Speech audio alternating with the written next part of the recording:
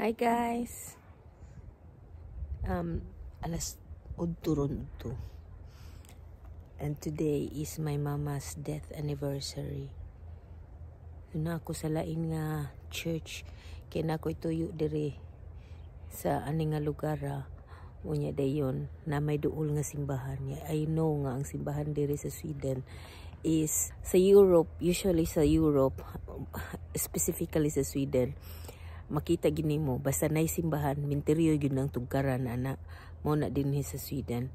So I know today is my mama's death anniversary nya kanang layo man among balay sa mga simbahan. Ang kaning simbahan na first time ni nako makaari diri unya naman ko ituyo diri sa aning lugar so na ang simbahan na atbang raman, so I know I have to dagkot say a prayer niya madagkot ko ni mama, and then I see this church, so I come to this church kay baw ko na graveyard diri niya. I know naasad kanang dakong cross diri pagitaon pa nako as anyway, I am in this place called Knäred. So guys, I have noticed nindot kayo ang view, tanaw ang view overlooking sa simbahan. Nindot kayo if you can only see it sa nearer ang view niya. Muna ang view unya. I have noticed one building na ay half mast ang ilang flag, Swedish flag. So somebody has died. O ko kay bawon sa nga building, but they have their flag in half mast. So guys, I will show you the church. Tugnaw sa nga tanan, and I don't have my gloves with me kay ko kadiyot ra ko ngari unya mo to pag ul na ko kay kita man ko sa church ko ako na lang ari na lang ko magkuan managkot. So I will show you guys some view. Look at the view, very very pretty. Yung view sa likod, yan, half mast, and I will show you the church guys. Morning church.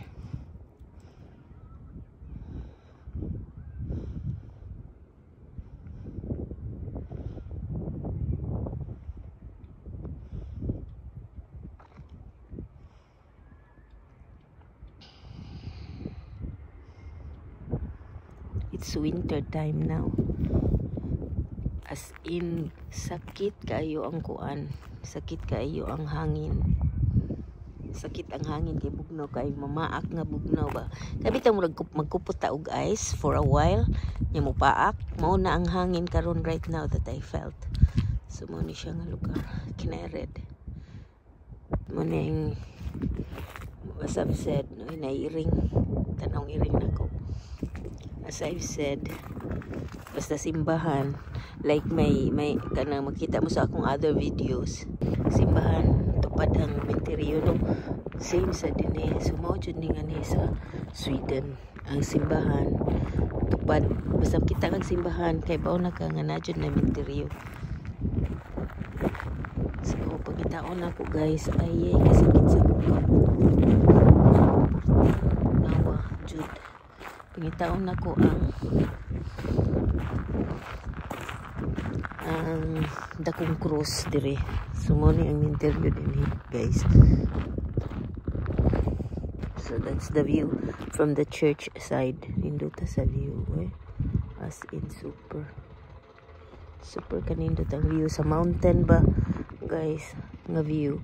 That mountain fronting the church. It's very very nice view. So morning interior dere ani nga simbahan. Oy katugnaw.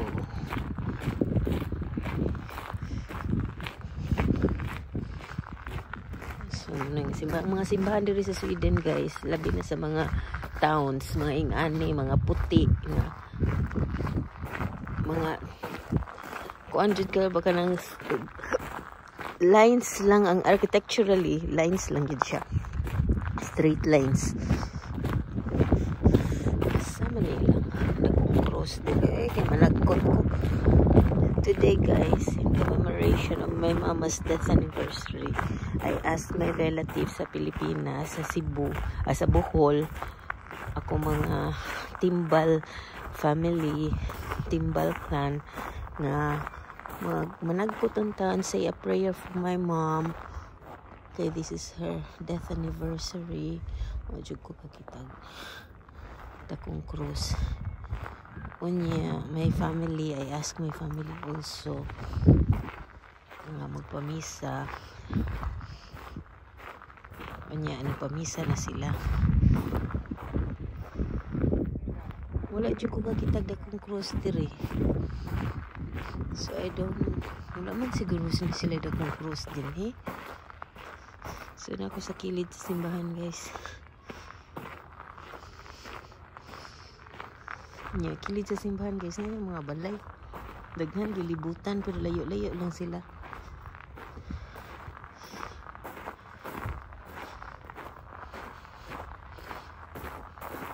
(1830 to 1886). 1886 pagani, guys, ang mga last, ang katong ako anak kong gitanaw. So mga dugay na kay ni sila ng uban na ni day nga mga grave stones. Ano ko kakita ko kuan diri eh.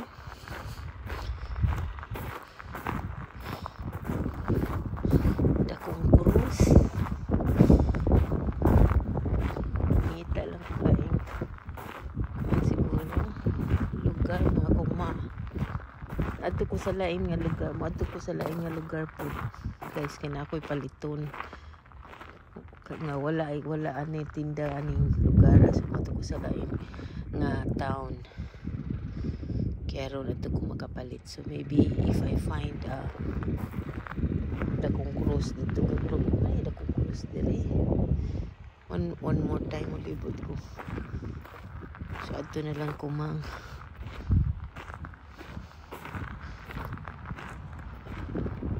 nagkut. Wala jud, as in limpyo kay diri sa Sweden, guys, no? So you can see. Uy, katugnaw. Ug wala jud dakong cross. So jud ko nakita dakong cross. So this is not probably Christian. This is a Christian, pero dili siguro Catholic church na siya. So muna to, guys. Show you the view lang. Nindot kayo, as in nindot kayo dyan siya nga kuhan.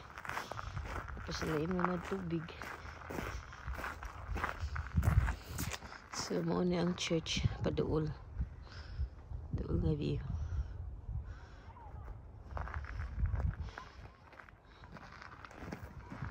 So guys, ako sa lain nga church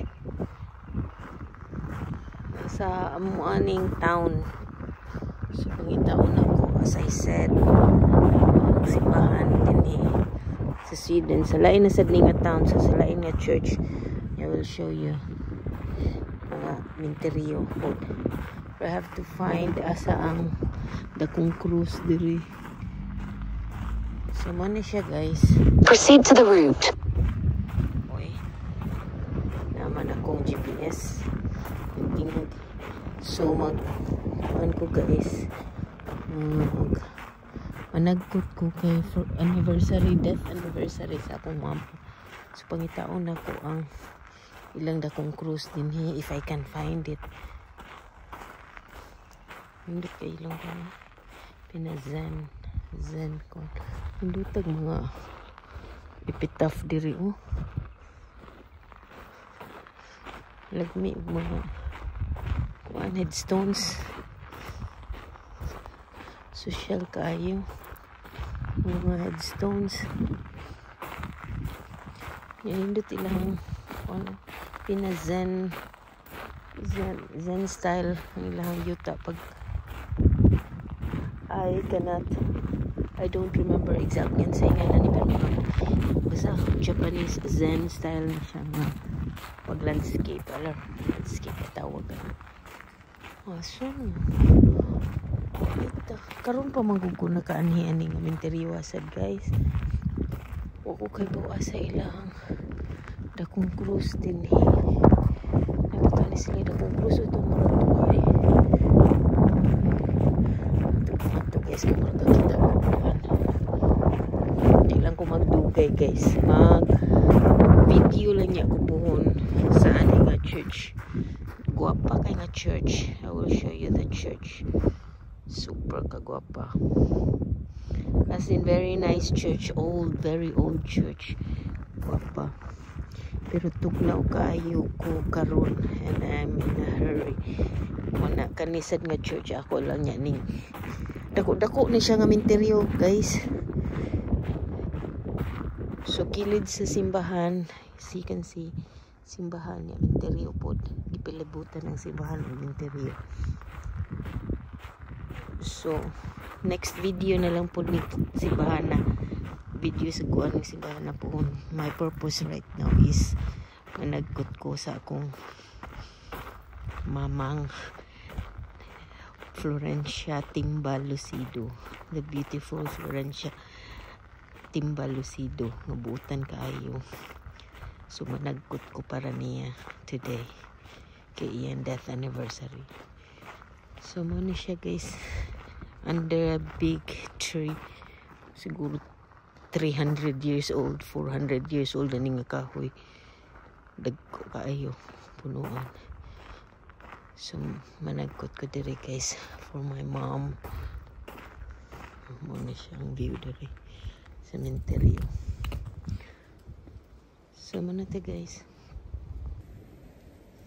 So that's it for now guys. That's the church. Palibutan og dako kay nga cemetery, dako jud kay siya nga cemetery. Diri gamay ang church tanawon tuod sa kadako sa cemetery.